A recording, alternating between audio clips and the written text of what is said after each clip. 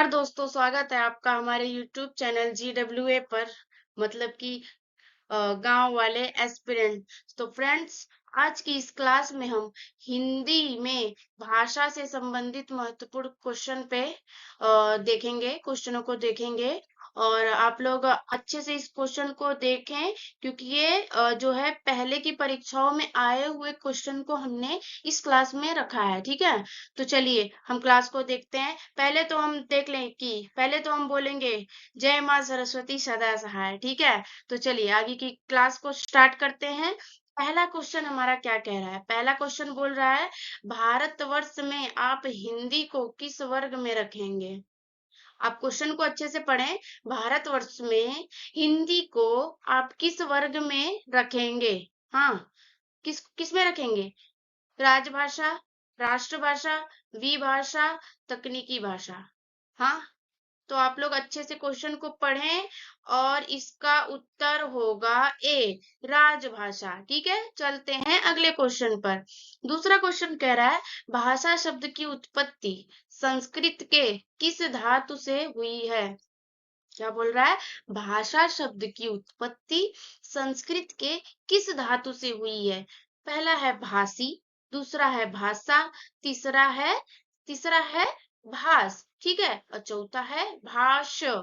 तो आप लोग सही विकल्प का चयन करें। ठीक है, हम तो बता ही रहे हैं। आप देखिए, इसका आंसर होगा ऑप्शन सी, भास धातु से। संस्कृत के भास धातु से भाषा शब्द की उत्पत्ति हुई है। चलिए आगे के क्वेश्चन पे चलते हैं। देखिए क्या बोल रहा है क्वेश्चन कि देवनागरी लिपि का संबंध किस भाषा से है? देवनागरी लिपि का संबंध किस भाषा से है? पहला है पंजाबी, दूसरा है बांग्ला, तीसरा है उर्दू, चौथा है हिंदी। तो इसका आंसर हो जाएगा ऑप्शन डी। क्या है? हिंदी है। देवनागरी लिपि का संबंध हिंदी भाषा से है। चलिए आगे क्वेश्चन पे चलते हैं हम। हिंदी किस भाषा की उत्तराधिकारी है? देखिए कितना बेहतरीन क्वेश्चन है। हिंदी किस भाषा की उत्तराधिकारी है? आपको पता है कि ये हिंदी है, संस्कृत भाषा का ही रूपांतरण है। ठीक है, इसलिए इसका ऑप्शन ए ही सही हो जाएगा। ठीक, और ऑप्शन बी पाली प्राकृत उर्दू, ये तो ठीक है, लेकिन इसका मेन ये पहले संस्कृत का ही रूपांतरित हिंदी में हुआ है। ठीक है फ्रेंड्स, तो चलते हैं अगले क्वेश्चन पर। कौन सी भाषा भारतीय परिवार की नहीं है? कौन सी भाषा भारतीय परिवार की नहीं है?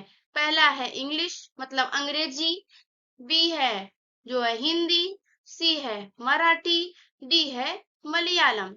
ठीक है, तो इसका आंसर हो जाएगा मलयालम। ओके, चलिए हम चलते हैं अगले क्वेश्चन पे। क्या बोल रहा है क्वेश्चन कि उर्दू भाषा का संबंध किस लिपि से है? उर्दू भाषा का संबंध किस लिपि से है? पहला बोल रहा है फारसी, दूसरा है रोमन, तीसरा है देवनागरी, चौथा है गुरुमुखी। क्या है? इसका आंसर हो जाएगा ऑप्शन ए, फारसी। ठीक है दोस्तों, क्वेश्चन को आप अच्छे से देखिए क्योंकि बहुत बेहतरीन क्वेश्चन है। पहले की परीक्षाओं में ये क्वेश्चन आ चुके हैं। ठीक है, चलिए आगे का क्वेश्चन क्या बोल रहा है। पाली भाषा का संबंध मुख्यतः किस धर्म से है? पाली भाषा का संबंध मुख्यतः किस धर्म से है?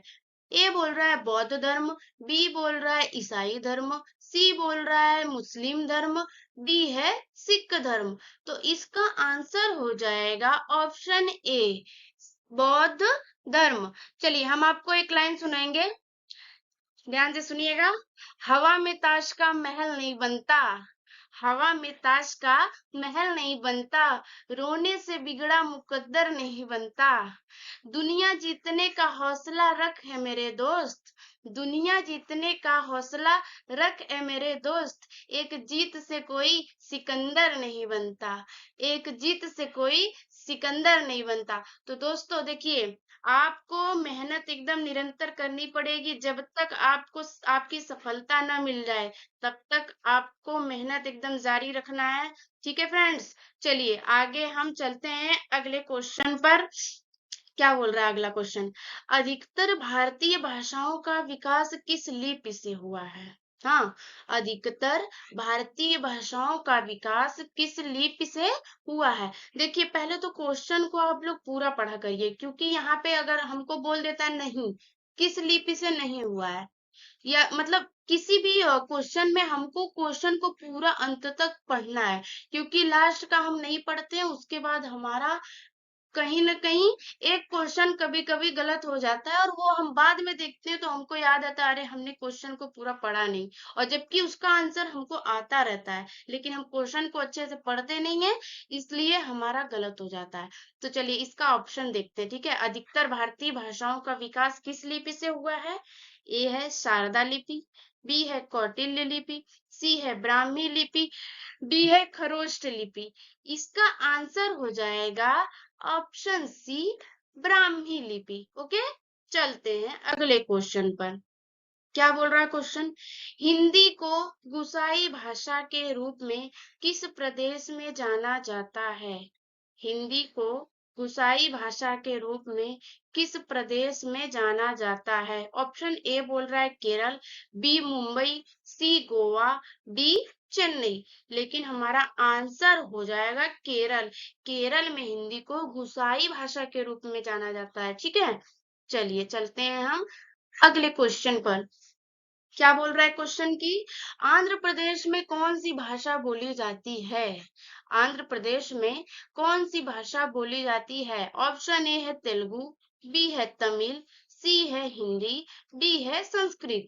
इसका आंसर हो जाएगा तेलुगु। आंध्र प्रदेश में तेलुगु बोला जाता है। ठीक है, चलिए हम चलते हैं आगे के क्वेश्चन पर।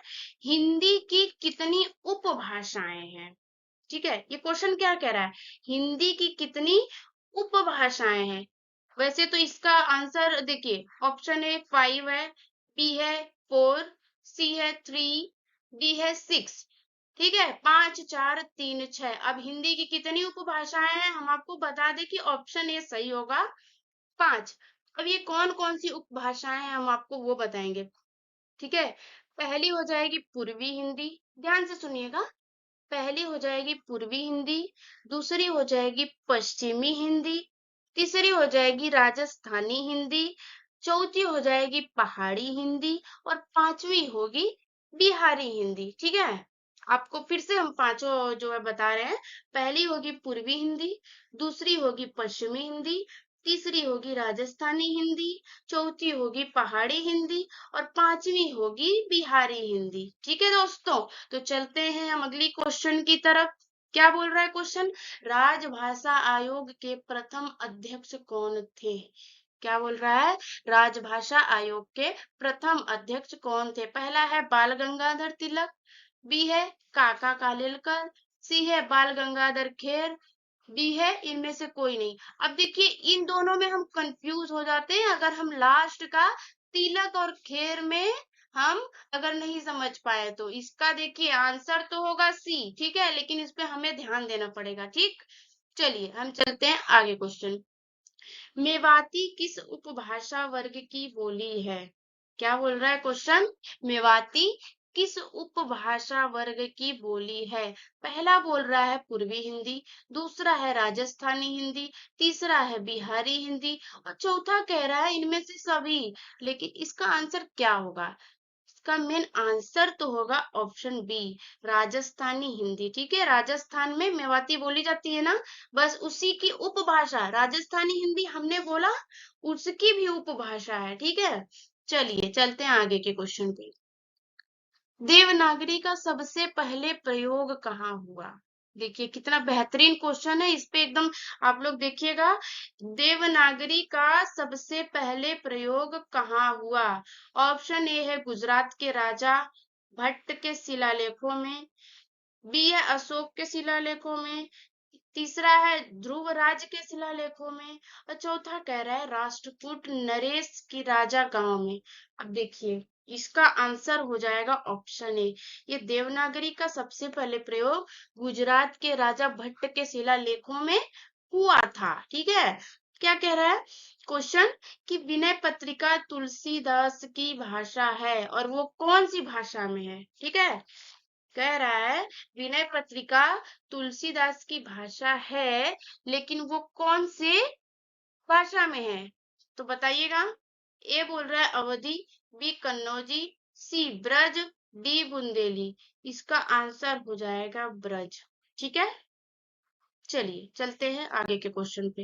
हिंदी का पहला उपन्यास लाल श्रीनिवास दास द्वारा लिखित कौन सा है?